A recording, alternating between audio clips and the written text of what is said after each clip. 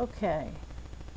So now I'm back to Google Classroom. And Joanna, how much do you use Google Classroom? I used it pretty frequently last year in my science classes, Mm-hmm. more than I have in my math classes. Okay. All right. Um, I do have it set up already for my classes, and I have used it a little bit the semester's just started, but Okay. pretty much All right. the What most comfortable is Classroom. what kinds of things did you use with your science class? Like what features in here did you use? Um, I did vocabulary. I would do, I remember slides where it was like a whole class um, presentation. Students had certain vocabulary words that they had to do a slide for. Mm-hmm. I've done Google Forms. Mm-hmm. Good. Um, I can't think of anything else at the moment. Okay. Have you ever used any of the discussion questions or the multiple choice questions? I have used the multiple choice questions. I have not done the discussion questions. Okay. All right. Um, is YouTube blocked or unblocked in your district? It's unblocked. Oh, good. We can, yes. Oh, good. Okay. So that's something that you can do is share a YouTube video with kids through Classroom and then ask them to discuss it. Um, Right. yeah, so okay, so I'll do a video on that to try and give you some ideas, especially for math. I'll focus on math. Right. Okay, if you would, do you two know how to do side by side windows? No, Okay, I don't. okay. I don't either. Are you on a Mac or a PC? I'm a PC. Both of you? Okay. All right. So then your buttons are over on the right hand side where mine are on the left hand side. And you've got the X to shut the window. And then the middle one is to resize it. So if you click on the middle one, it's either going to expand your window or shrink it. So if your window, get it so that it's full size, and then hit that button one more time so that it comes down.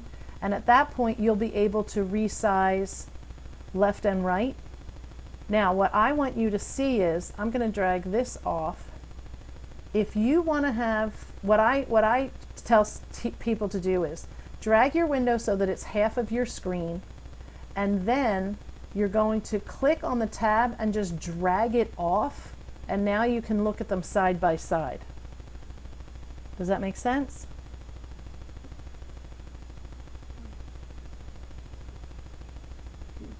So if you have your Google Meet window, you want to have Google Meet on one side, and then you'll have, so that like I can show you things on one screen and then you can do them on the other screen. Does that make sense? Is that so what are we trying to open up? So if you're the left side here, what do you want the right side to be? The Google Classroom.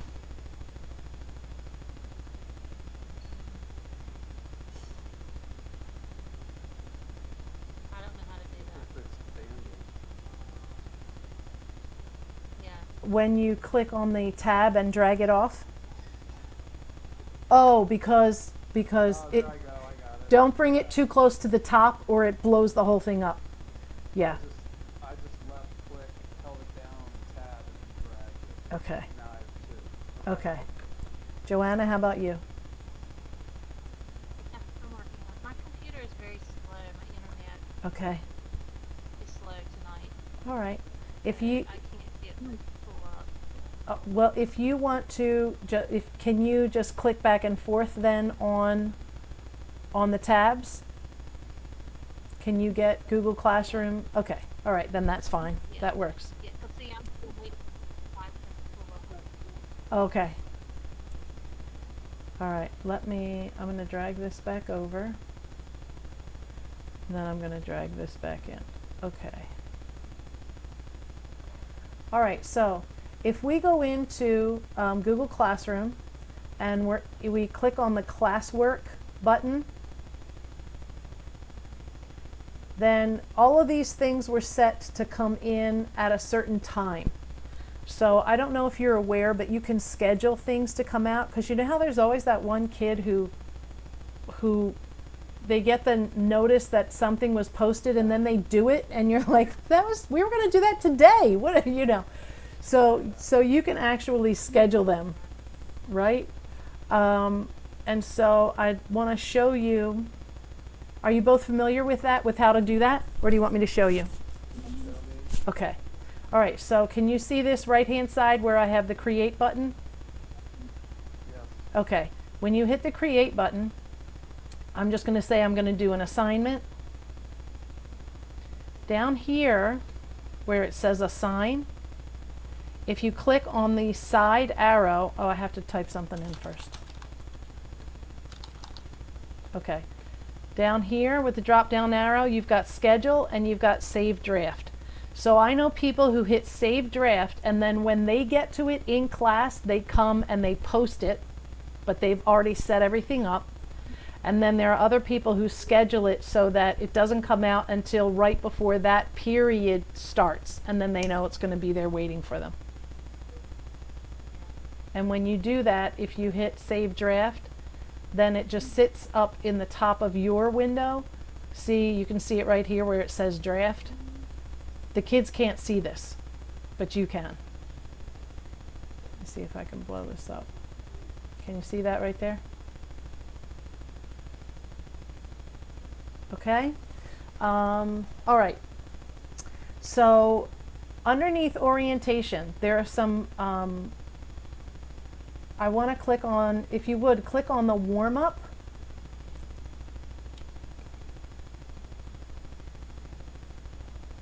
And this is just a multiple choice question that I want you to try to answer. So over here now, you can see that as a very quick assessment for kids and who got it and who didn't get it, what are we looking at? So I can see that 2 of you turned it in. It's still assigned to me because I didn't answer it.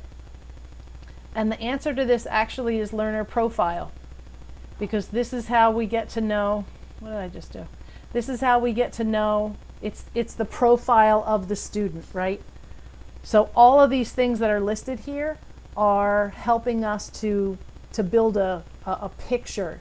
If you were in business, this would be like your customer profile, right? So you can see how quick that was though, right? I can see immediately how my numbers are. Do I need to go over it again? Do I not need to go over it again? Okay. All right, so the next one is a brain dump for competency-based learning. So if you click on that and open it up, we have to hit View Question so that it opens up like this. Do it one more time. Sorry. Yep, okay. Let me back up. So when I click it here, it expands, but it doesn't show me where to type. So right here where it says View Question, when I click on that, I get to see this. This is the actual question opened. Now, here's the difficult part that you have to train your kids for. They always want to answer right here, but that's for a comment. Over here, where it says your answer, type your answer, turn in, that's what you definitely, this is where you type your answer, okay? So comments are, you have to train your kids, right? Comments are for if you have a question, if you need something clarified, you know, whatever. Private comments right here are between the student and the teacher only. So if the student says, I had to work until midnight last night, I have no idea what this is about, please let me do this in 2 days, right? That kind of thing. Then this would go to you and nobody would see it, okay? So what I want you to do now is, the question is, list, and so you can do it as a list if you want, it makes no difference to me, or write it out in prose, everything you know or think you know about competency-based learning. So it's almost like a KWL. This is not a right-wrong exercise. This is to get you warmed up. Click on the attached screenshot to make sure you're answering in the correct spot. And this is what I just went over with you, but you could use this with your students if you want. It's already done, right? Correct is up here. Oh, it's not loading. Correct is up here on the right, contact teachers on the right, incorrect is down here. Okay? So let me ask you a question. If I were not here telling you this verbally, would this picture have been enough to help you understand where you needed to type your answer? Yes. Okay. Okay. All right, so I'm going to click back to the back to classroom, and then if you want to do the personalized learning one first, we're going to do personalized learning and we're going to do competency-based learning. So it doesn't matter which you do first, but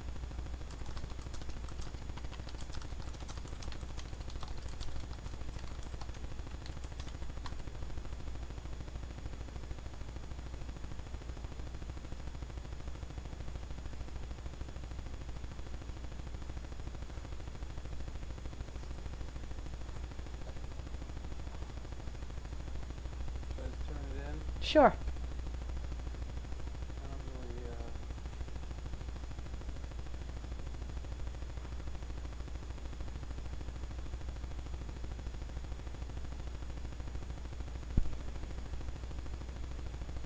All right, good. Okay, so what I want to show you is, and I'm not sure how familiar you are with the discussion questions, but when I hit the competency-based, and now I'm on the right side, I'm in teacher mode.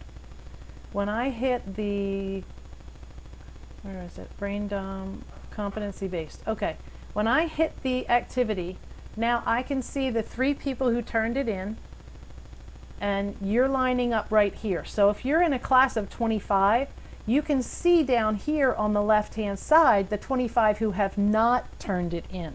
So right away you see who's engaged, who's not engaged, who's doing it, who's not doing it.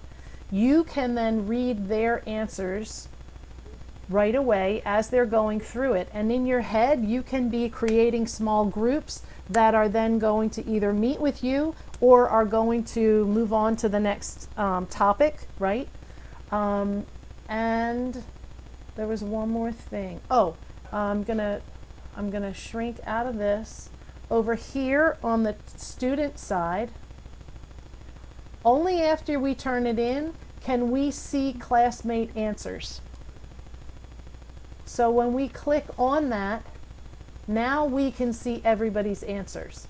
And it's not anonymous, right? So the kids can see one another's answers. And then this is where we would use sentence stems and say, okay, so what I want you to do is, I want you to use the sentence stems on the wall, and I want you to reply to one of the people. And if somebody else is already replying, pick somebody else, right? Because you don't want 2 people to have nobody answer them. But it's a high engagement. I'm working with a charter school right now in North Charleston that is pretty hard to handle. And the kids are either asleep, or they don't show up, or they're causing trouble. And this one teacher, she jumped on the Google discussion questions, and her kids come in now and they are engaged. As long as they're doing that, they're engaged. I'm not going to pretend like they're engaged the whole class, but she's gotten more out of them just using Google discussion questions than she has probably in any other activity. So one of I taught elementary, so I had to learn how to teach math too. And I remember my math methods teacher making us make the kids write about math, and it was with, as simple as describe the characteristics of a number 2, or take on the persona of a number, or I'm a decimal, what do I do, that kind of stuff, so that the kids who are not logical sequential, so if they're left-brained, they're more logical sequential. So if they're right-brained, they're more creative. It's the creative kids who sometimes don't connect with math because we don't connect with the right side of their brain. So having them discuss math in that way, in like a creative way, could maybe reach them, you know, and it could be a discussion question that is just about creativity, you know, using math in a creative way.